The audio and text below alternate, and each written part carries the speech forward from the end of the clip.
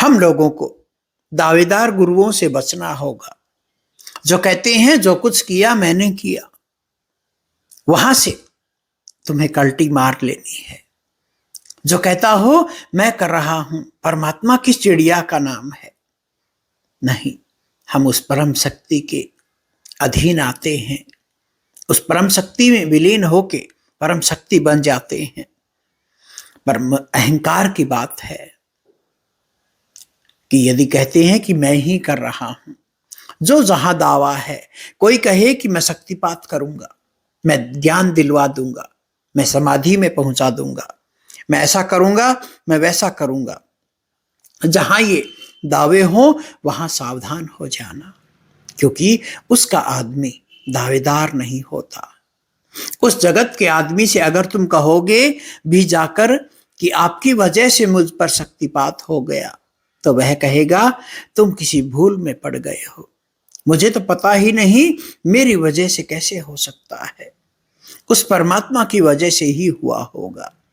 वहां तो तुम धन्यवाद देने जाओगे तो भी स्वीकृति नहीं होगी कि मेरी वजह से हुआ है, वह तो कहेगा तुम्हारी अपनी ही वजह से हो गया होगा, तुम किस भूल में पड़ गए हो, वह परमात्मा की कृपा से हो गया होगा।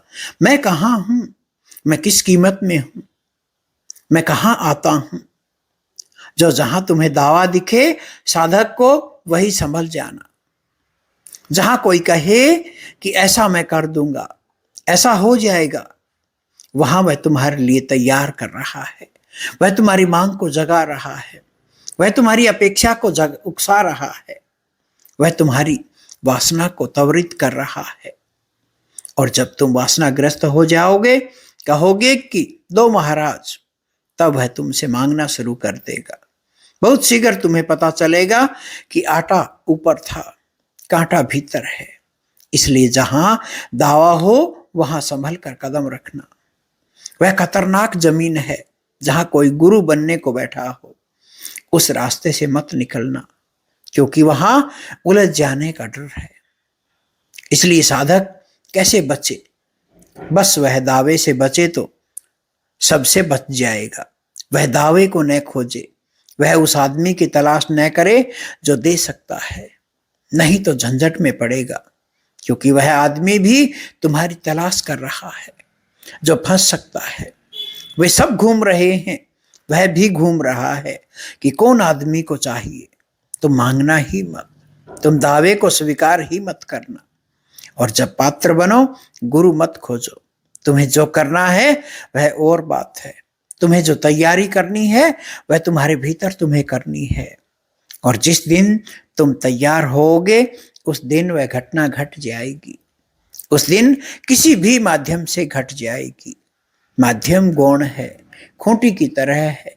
जिस दिन तुम्हारे पास कोट होगा, क्या तकलीफ पड़ेगी खूंटी खोजने में? कहीं भी टांग दोगे। नहीं भी खूंटी होगी तो दरवाजे पर टांग दोगे, दरवाजा नहीं होगा झाड़ की शाखा पर टांग दोगे, कोई भी खूंटी का काम कर देगा।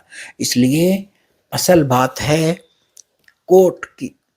कोट होना चाहिए आपके पास, आपका निर्मल हृदय होना चाहिए आपके पास। उस निर्मल हृदय में सब कुछ हो सकता है। उस निर्मल हृदय में तो सागर समा सकता है। तुम बूंद की बात करते हो, तुम अमृत की बात करते हो। तो जो जो गुरु तुम्हें प्रलोभन दे वहां मत जाना। मेरी ही बात कर लीजिए, माइलस्टोन बताता हूं आपको कि कहां से चलना है और कहां यात्रा खत्म होगी। बहुत से लोग कहते हैं यात्रा कभी खत्म नहीं होती, उन लोगों को पता ही नहीं है कुछ भी।